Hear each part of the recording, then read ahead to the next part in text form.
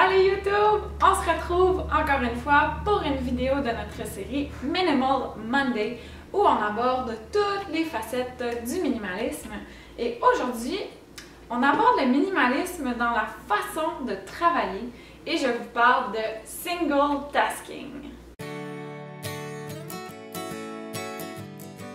Alors le single tasking, c'est quoi? C'est très simple, c'est en fait le principe de faire une chose à la fois, de prioriser une tâche à la fois. Donc, je sais pas si c'est votre genre, mais moi, de moins en moins, mais souvent quand je travaillais, là, j'étais du genre à avoir 365 000 onglets d'ouvert sur ma page. Avant, bien entendu, j'avais les notifications courriel qui rentraient. Mon onglet Facebook était toujours ouvert, donc dès que j'entendais une notification, j'allais voir ce qui se passait. Donc, tout ça faisait en sorte que je n'étais pas du tout efficace. Le single tasking, c'est donc de vraiment faire une seule chose à la fois. Donc, par exemple, si on doit répondre à des courriels, on ferme tout le reste, on se concentre uniquement sur nos courriels pendant 30 minutes. Ensuite, si on a un travail plus créatif à faire, on ferme tout le reste. Pas de Facebook, pas de téléphone prêt qui peut nous déranger, pas de courriels qui peuvent rentrer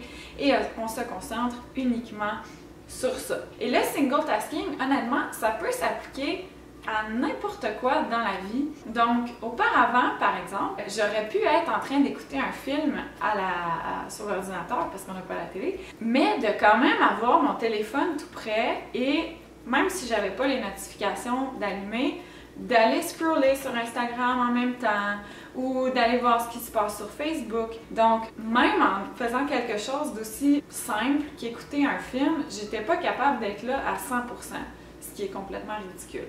Donc, le single tasking, c'est d'être 100% présent dans ce qu'on fait, peu importe ce que c'est. Que ce soit quand vous faites les repas, quand vous prenez le repas en famille ou avec vos amis, quand vous travaillez, bien entendu, quand vous êtes avec vos enfants, donc d'être là à 100% avec eux. Et si on revient au travail, en fait, la grosse différence que ça fait, c'est qu'on est tellement plus efficace. Mon Dieu, c'est le jour et la nuit. Et même parfois, tu sais, ça m'arrive aussi de retomber dans mes mauvaises habitudes et de conserver mes 300 000 onglets d'ouvert et de me faire déranger à tout bout de champ. Et dans ces moments-là, ce sont toujours, je suis sûre que vous pouvez comprendre, dans ces journées-là, on a l'impression de faire, tu sais, de pas lâcher la journée, de faire 1 200 000 petites tâches, mais à la fin de la journée, on a l'impression qu'on n'a rien fait. Moi, ça me fait capoter ces journées-là où j'ai l'impression de travailler sans relâche. Puis à la fin de la journée, quand je regarde ma to-do list, je suis comme, ben voyons, j'ai pratiquement rien fait. Ah, j'ai eu ça ces journées-là. Donc avec le single tasking, ça permet d'en faire tellement plus, d'être plus efficace. Donc au final, c'est ce qui permet de travailler moins d'heures, mais de mieux travailler. Et là, petite note pour le single tasking, une chose que je vous invite vraiment à faire, c'est d'un peu observer votre semaine. Observez votre journée typique pour essayer de déceler les moments où vous êtes plus créatif, où vous êtes plus productif. Ou encore, on a tous des moments dans la journée où on a comme un petit down, un petit crash. Puis là, en fait, c'est d'aller créer votre horaire en fonction de ça. Donc, par exemple, si vous êtes hyper créatif le matin, réservez-vous cette plage horaire-là pour faire les tâches vraiment plus créative, qui demande plus de travail de la part de votre cerveau, d'avoir des idées, d'être plus attentif à ce que vous faites. Quand vous avez des moments avec des downs, moi je me garde souvent ces moments-là, par exemple, pour faire quelque chose qui ne demande pas trop à mon cerveau. Donc, par exemple, répondre à des courriels, aller répondre à des commentaires sur les médias sociaux. Bien entendu, on essaye de ne pas filmer les vidéos dans mes moments où j'ai moins d'énergie parce que ça se ressent. Une de nos vidéos, je pense que c'était la cuisine zéro déchet, on l'avait filmée en fin de journée, puis je suis comme... Donc on essaie de ne pas faire ça et de filmer les vidéos quand je suis dans mes pics d'énergie dans la journée.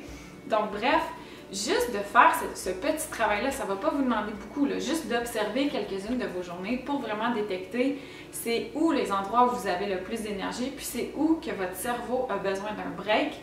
Créez votre horaire en fonction de ça. Et en plus, si vous intégrez le single tasking, mon Dieu, vous allez être tellement efficace. Ça va être incroyable. Donc voilà, toute petite vidéo très simple aujourd'hui pour vous donner une petite technique de travail, mais qui peut s'appliquer à la vie en général. Prendre le temps de faire les choses et être 100% présent dans ce qu'on fait, ça fait en sorte tout simplement qu'on profite de chaque moment, qu'on est plus dans le vivre plutôt que le survivre. Ça, c'est quelque chose qui m'avait été demandé récemment. Comment on fait pour vivre plutôt que survivre? Et ben ça, je pense que c'est vraiment une des bases de la vie, c'est qu'il faut être présent, puis il faut savoir profiter de chaque instant. Mais pour ça, il faut être là à 100%. Il ne faut pas se laisser distraire par plein d'autres choses, laisser notre cerveau là, passer d'une affaire à l'autre et revenir à autre chose et faire autre chose. Ça fait des journées où on est épuisé et où on n'est pas productif. Donc, on se retrouve tous les lundis pour une vidéo sur le minimalisme avec notre série Minimal Monday. Si vous n'êtes pas déjà abonné, faites-le, comme ça vous serez certain de ne jamais rien manquer.